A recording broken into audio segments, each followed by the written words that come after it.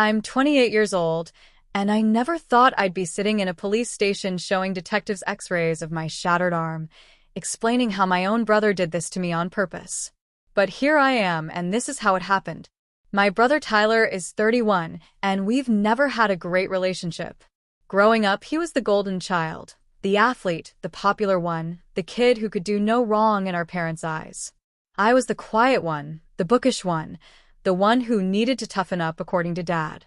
Tyler has always had a mean streak. As kids, he'd pin me down and twist my arms until I cried, then tell our parents I was being dramatic. He'd accidentally push me down the stairs, trip me in front of my friends, break my toys, and blame me for leaving them out. Our parents always brushed it off as sibling stuff or boys being boys, even though half the time he was being a bully to his younger sister. As adults, we drifted apart. I moved across town, got my degree in graphic design, and started my own freelance business working from home. Tyler stayed close to our parents, working construction, and living in their basement rent-free. Every family gathering was tense. He'd make snide comments about my pretend job and how I played on computers all day while he did real work. 3 weeks ago, our grandmother passed away. She left her house to both of us, 50/50ths. It was a small 2-bedroom cottage worth about $320,000, and the will stated we could either sell it and split the proceeds, or one of us could buy the other out. I wanted to sell. The housing market was good, and $160,000 would be life-changing for my business. I could finally rent an actual office space, hire help, maybe even buy my own place. Tyler wanted to keep it. He told our parents he planned to renovate it and flip it for profit, that this was his big break, to finally start his own business. Never mind that he had no savings, no business plan, and no ability to buy out my half. At the will reading, Tyler pulled me aside. "You're going to sign over your half to me." "What?" No. "Tyler, I need that money." "You don't need anything. You make plenty with your little computer games or whatever. I need this house. It's my future. Then buy me out. Give me my half and the house is yours." He laughed, that cruel laugh I remembered from childhood. "I don't have that kind of money. You're going to give me your half because I'm family, and you're going to help me." "That's not how this works." Grandma left it to both of us equally. His face darkened. "You always were a selfish bitch." I walked away. Over the next week, Tyler called me 17 times. I stopped answering after the 5th call, where he screamed at me, calling me every name in the book. Then the text started, hundreds of them, telling me I was ruining his life, that I was a terrible sister, that Grandma would be ashamed of me.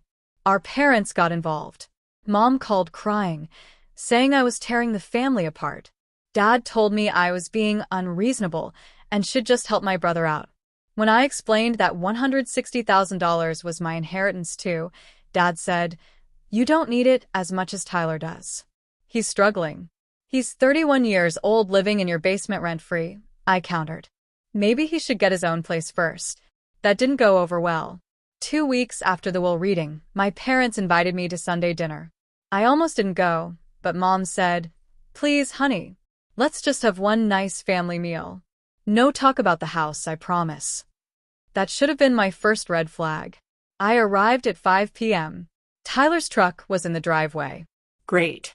But I'd promised Mom, so I went inside. Dinner was tense but civil. Tyler barely looked at me, just shoveled food in his mouth and grunted responses to Dad's questions about his work. After dinner, Dad suggested we all go out to the backyard. "Beautiful evening," he said. "Let's have some beers, relax, be a family." Mom stayed inside to clean up. It was me, Dad, and Tyler on the back porch.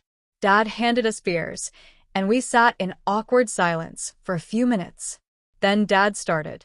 "Sarah, your mother, and I have been thinking about the house situation." "Dad, Mom said no house talk tonight. Just hear me out. Tyler's been working on a business proposal. He showed it to me, and it's really solid. If you'd just look at it." "I don't need to look at it. I want to sell the house. That's my right." Tyler stood up abruptly, his chair scraping loudly. "This is such bullshit. You're ruining my life because you're a greedy bitch." "Tyler language," Dad said weakly. No, Dad. She needs to hear this. Grandma would be rolling in her grave knowing Sarah's being this selfish. Grandma left the house to both of us, I said, standing up too. That means she wanted me to have half. I'm not being selfish for claiming what's legally mine. You don't deserve it. You didn't even visit her that much. I was there every week helping her with yard work. So this is about who deserves what? Tyler, you're 31 with no savings, no plan, and you want me to just hand over $160,000? That's insane. He stepped closer, his face red. Give me the fucking house, Sarah. No. His jaw clenched. Last chance. Tyler, back up, I said, my heart starting to race. He was a big guy, 6 feet 2 inches, 210 pounds of construction worker muscle. I was 5 feet 4 inches, and maybe 130 pounds soaking wet. Or what? You gonna call the cops? Tell them your big brother scared you. He laughed, cruel and sharp. I'm leaving. I moved toward the porch steps. Tyler grabbed my shoulder and spun me around. We're not done talking. Let go of me. I tried to pull away. Just sign over the house, and we're done. Simple. I said and oh. What happened next felt like slow motion and lightning fast all at once. Tyler's face twisted with rage. He grabbed my right wrist with one hand, my elbow with the other, and before I could even scream, he twisted hard. The snap was audible, like a branch breaking. The pain was instant, blinding, radiating up my arm in waves of white-hot agony. I screamed, actually screamed, something I'd never done before. Tyler let go and I collapsed, cradling my arm. Through the tears and pain, I saw his face, not shocked, not horrified, but satisfied. He meant to do it. Tyler, what the hell? Dad finally moved, rushing over to me. She fell, Tyler said calmly, tripped over her own feet coming down the steps. I tried to catch her but couldn't. I didn't fall. I gasped through the pain. He broke my arm. He grabbed me and twisted it on purpose. That's not what happened, Tyler said, his voice steady. Dad, you saw it. She lost her balance. I reached for her, and she went down hard. Probably caught her arm on the railing. You're a liar, I sobbed. Dad looked between us, confused and panicked. Sarah, are you sure? It happened so fast. He grabbed my arm and broke it on purpose. Dad, he assaulted me. Mom rushed out, saw me on the ground, and shrieked. What happened? Sarah fell, Tyler said before I could speak. Clumsy, just like when we were kids. I didn't fall. Mom, he attacked me. He broke my arm because I won't give him the house. Mom looked at Tyler. For a moment, just a split second, I saw doubt in her eyes. She knew. Somewhere deep down, she knew her son was capable of this. But then Tyler's eyes welled up with tears. Actual tears. I can't believe she's saying this. I tried to help her, and now she's accusing me of, Mom, I would never hurt her. You know that. And just like that, Mom's face softened. Of course you wouldn't, honey. Sarah, you're in shock.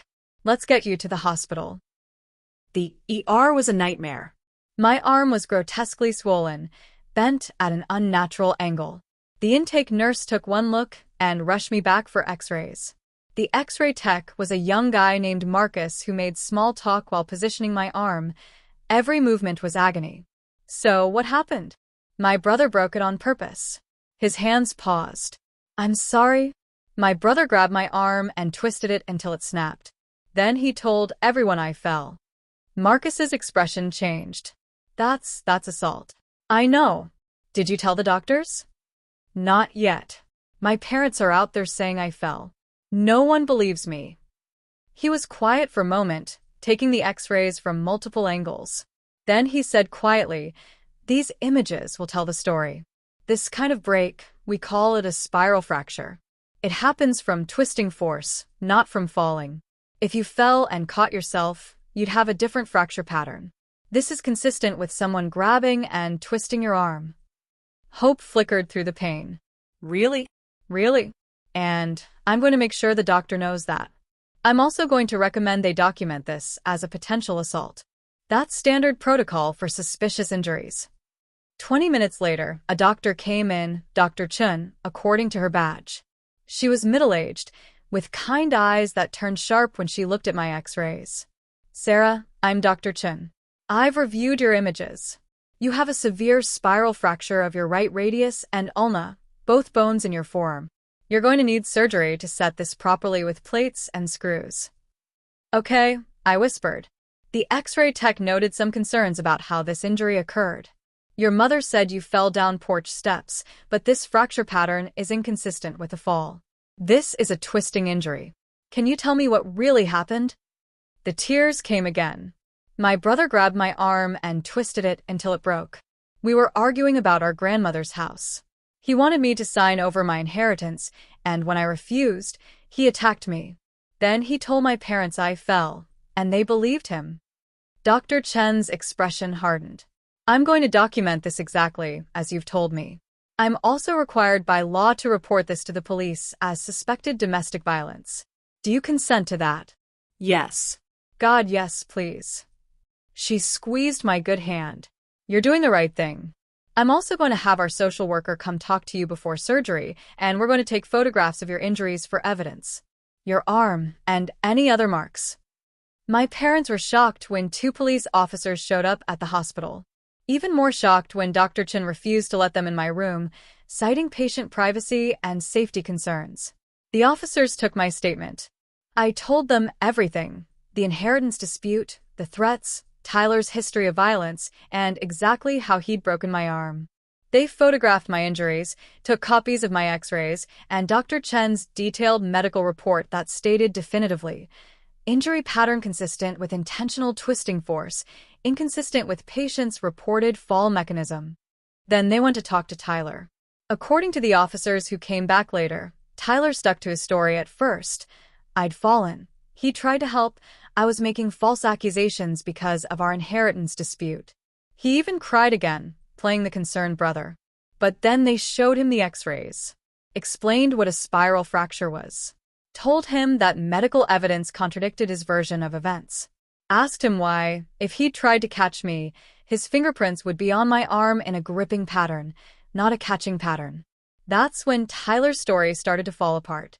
He got aggressive with the officers, which didn't help his case. Eventually, they arrested him for assault causing bodily harm. My parents were horrified, but not at Tyler. At me. Mom actually said, "How could you do this to your brother?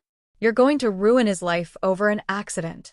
It wasn't an accident, I said flatly from my hospital bed, my arm in a temporary splint waiting for surgery the next morning. He broke my arm on purpose because I wouldn't give him what he wanted. The doctors confirmed it. The x-rays prove it. You're twisting this to get back at him, Dad said. This is about the house. You're using this to make him look bad, so you can take everything. He assaulted me. He committed a crime. I'm not twisting anything. I'm telling the truth. He's your brother. Mom cried. And he broke my arm. I shouted back, then winced as pain shot through my arm. Where is your concern for me? Your daughter is in the hospital with a shattered arm, and you're defending the person who put me here. They didn't have an answer for that. They just left, siding with Tyler like they always had. The surgery was successful. 2 plates, 8 screws, and a long recovery ahead. The detectives came to visit me the day after surgery. They told me Tyler had been charged with assault causing bodily harm and that the x-rays and medical reports were the strongest evidence they had. Your brother's lawyer is going to try to claim it was an accident during an argument, Detective Morris told me. But Dr. Chen's report is damning. She stated definitively that this injury required significant intentional force. Combined with your statement and the witness accounts, even your father's admission that Tyler was angry and grabbed you, we have a solid case. What happens now? I asked. He'll be arraigned. We're recommending he be held without bail given the family violence and the ongoing civil dispute that could motivate further contact. Then it goes to trial, unless he takes a plea deal. And the house. That's civil court, not our jurisdiction. But I'd recommend you get a restraining order and file a motion to force the sale of the property. No judge is going to let someone profit from a house after they assaulted their co-owner over it. Tyler was denied bail. My parents refinanced their own house to pay for his lawyer. They still haven't visited me during my recovery. But my x-rays, those clear, undeniable images of a spiral fracture that could only be caused by intentional twisting force, went straight to the detectives. And now Tyler's facing 3 to 5 years in prison for assault. He wanted the house so badly he broke my arm. Instead, he's getting a cell,